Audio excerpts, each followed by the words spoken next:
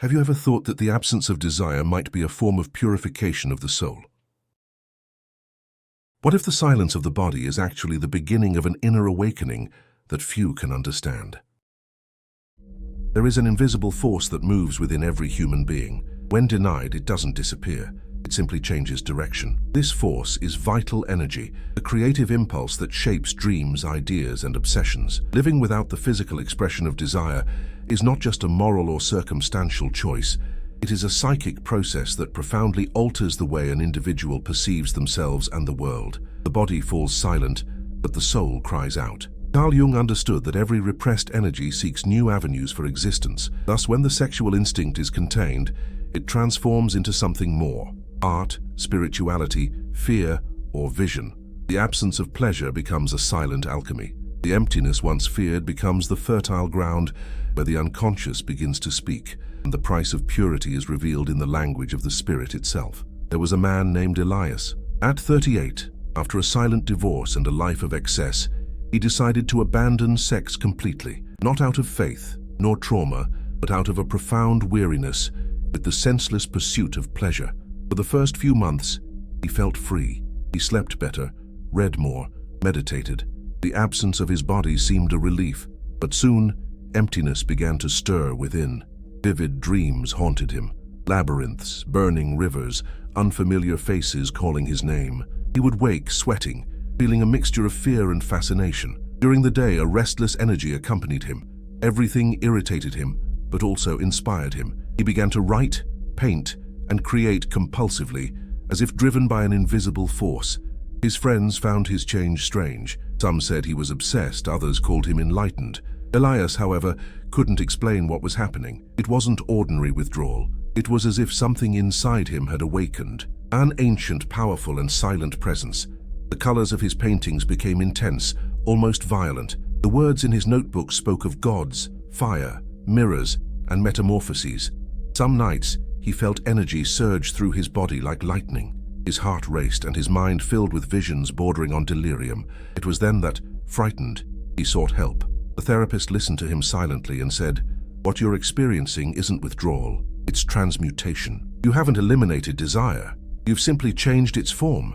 Elias left without fully understanding, but with the feeling of going through something irreversible. Deep inside, he knew he would never be the same. His body was still, but his soul, that soul, burned like never before. Modern science in many ways has only confirmed what Jung intuited over a century ago. Human vital energy is transformable, and its repression provokes profound reactions in the body and mind. Neuroscience studies show that sexual drive is directly linked to the dopaminergic system, the same system responsible for motivation, the search for purpose, and the sense of achievement. When sexual activity is interrupted, the brain doesn't turn off this network, it redirects it. It's like a river finding new paths when a dam is built. Researchers at the University of Cambridge observed that periods of abstinence increase activity in the prefrontal cortex, an area associated with self-control and creativity. Neuroscientist Andrew Huberman described this phenomenon as a redistribution of reward energy, which can be channeled into learning, focus, and creation. This process is known as sublimation, a term that, although originating in Freud's psychoanalysis, gained symbolic depth in Jung's work. For him, sublimation was not simply an exchange of physical pleasure for work or art, but a true alchemy of the psyche, the transmutation of instinct into consciousness. Studies of monks and deep meditation practitioners have shown that long periods of voluntary celibacy alter the functioning of the autonomic nervous system.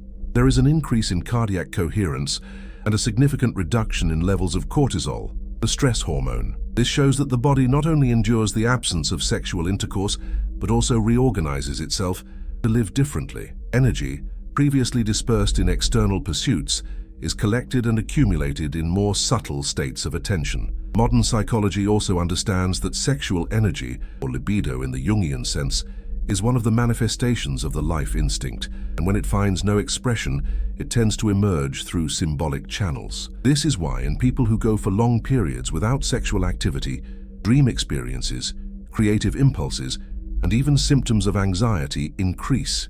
The unconscious attempts to compensate for what the conscious has repressed. This phenomenon is known as psychic compensation, and represents the body's attempt to restore internal balance. In an experiment published in the journal Frontiers in Psychology, individuals who practiced conscious abstinence reported increased mental clarity, greater aesthetic sensitivity, and a heightened perception of time and space. It's as if the world slowed down, allowing for clearer hearing of what was previously noise. Desire, when not expressed physically, becomes symbolic language. More intense dreams, sudden intuitions, moments of insight, and even mystical sensations. Carl Jung called this transformation the process of individuation, the path by which the raw energy of instinct is refined into spiritual consciousness. He believed that all purposeless repression leads to illness, but all purposeful containment leads to growth. Thus, the challenge is not to repress, but to understand. Modern science, with its brain imaging and hormonal measurements, merely translates into numbers what Jung described as the soul, a living system of forces constantly seeking wholeness. The absence of sex, therefore, is not a neutral state. It is an internal laboratory where the body, brain, and unconscious test new forms of balance. When well directed, this energy can become a source of creativity, lucidity, and self-knowledge. But when ignored, it can transform into anxiety, compulsion, and psychic fragmentation. The difference lies in consciousness, the same consciousness that transforms instinct into art, silence into revelation, and emptiness into light. To understand what happens when sexual energy is redirected, it is necessary to classify it into three main levels of psychic manifestation, according to the symbolic interpretation inspired by Jung. The first level is instinctive, linked to the body and survival. Here, desire is a biological force, driven by the natural impulse for pleasure and the continuation of life. When this energy is expressed, the body balances itself. When it is unconsciously denied, the body reacts with tension, anxiety, or escape. The second level is the emotional symbolic level. When the physical act is interrupted, energy rises and begins to seek expression through images, emotions, and dreams. It is at this stage that fantasies, idealizations, and projections emerge. The unconscious attempts to compensate for the absence of physical experience with symbolic representations.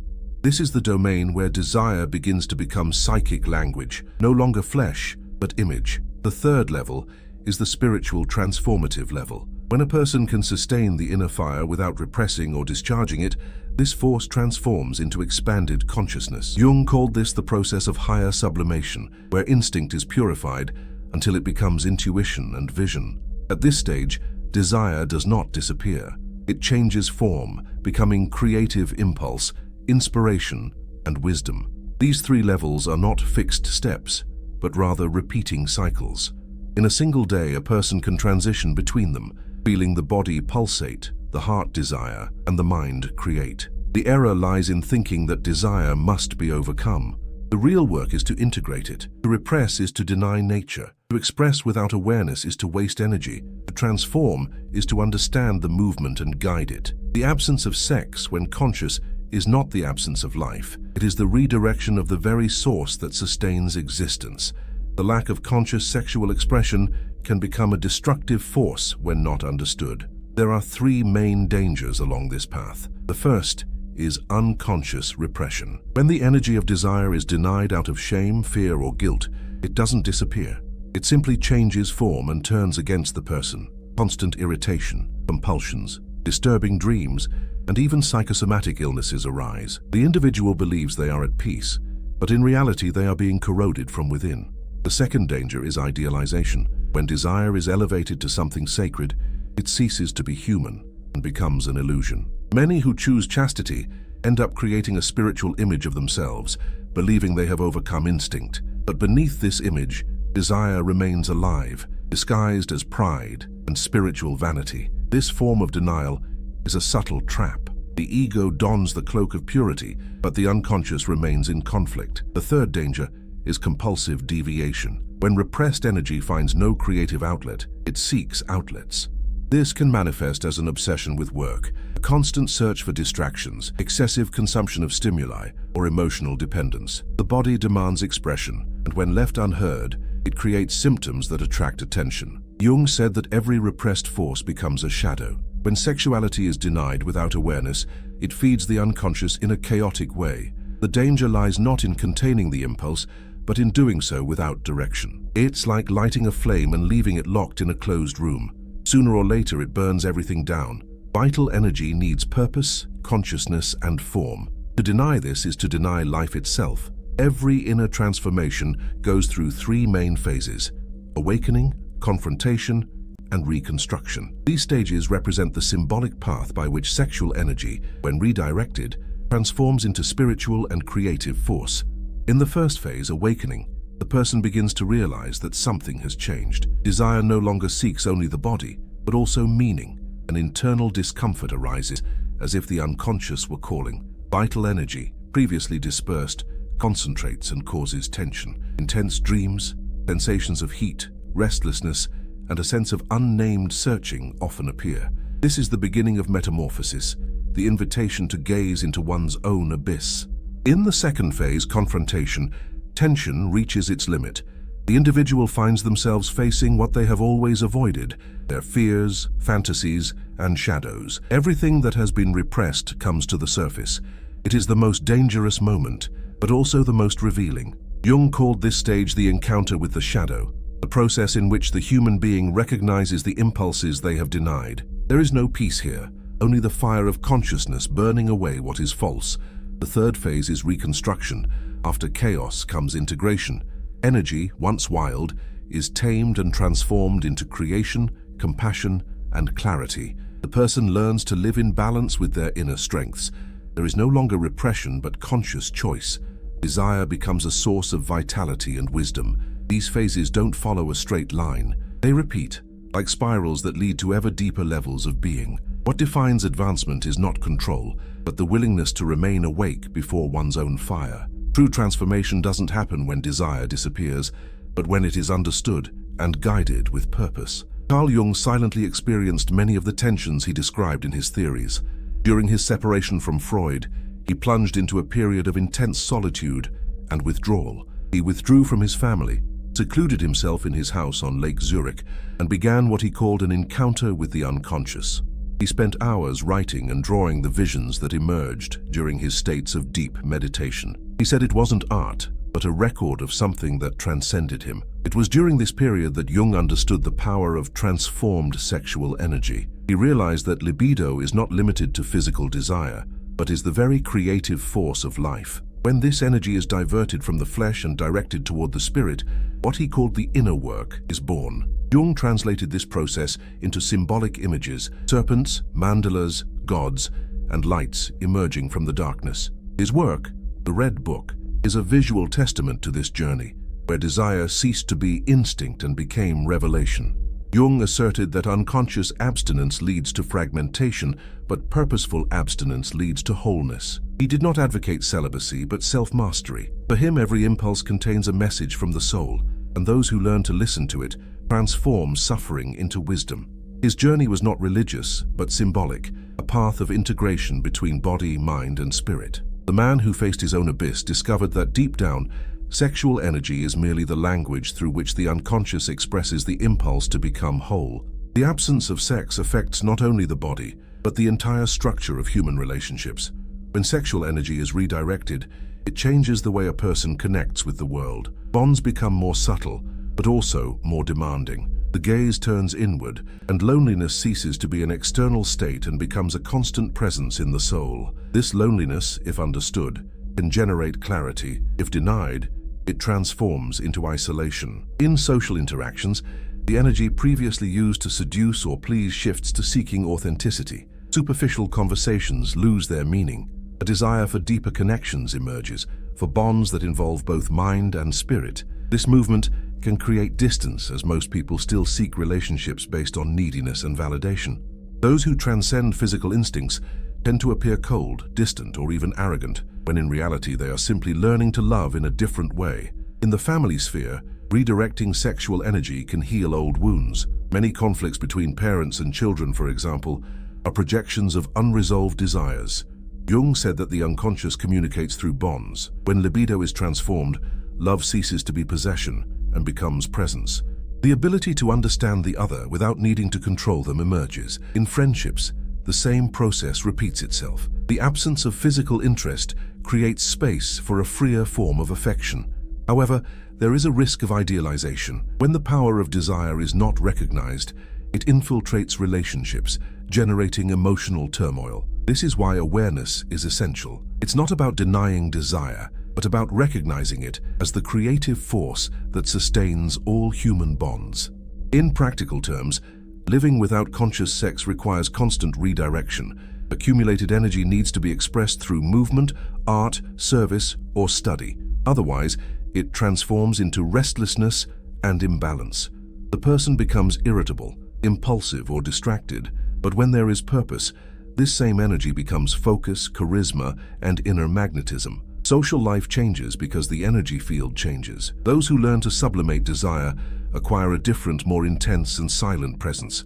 It's not the strength of those who conquer, but of those who understand. It's the power of those who have learned to transmute instinct into consciousness.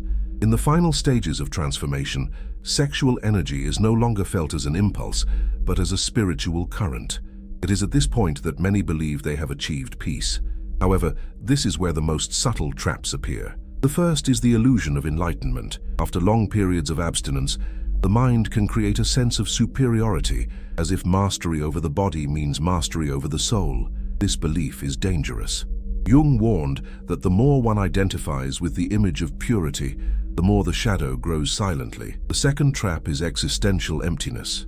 When an individual believes they have transcended desire, they can lose touch with their vital instinct. The world seems colorless.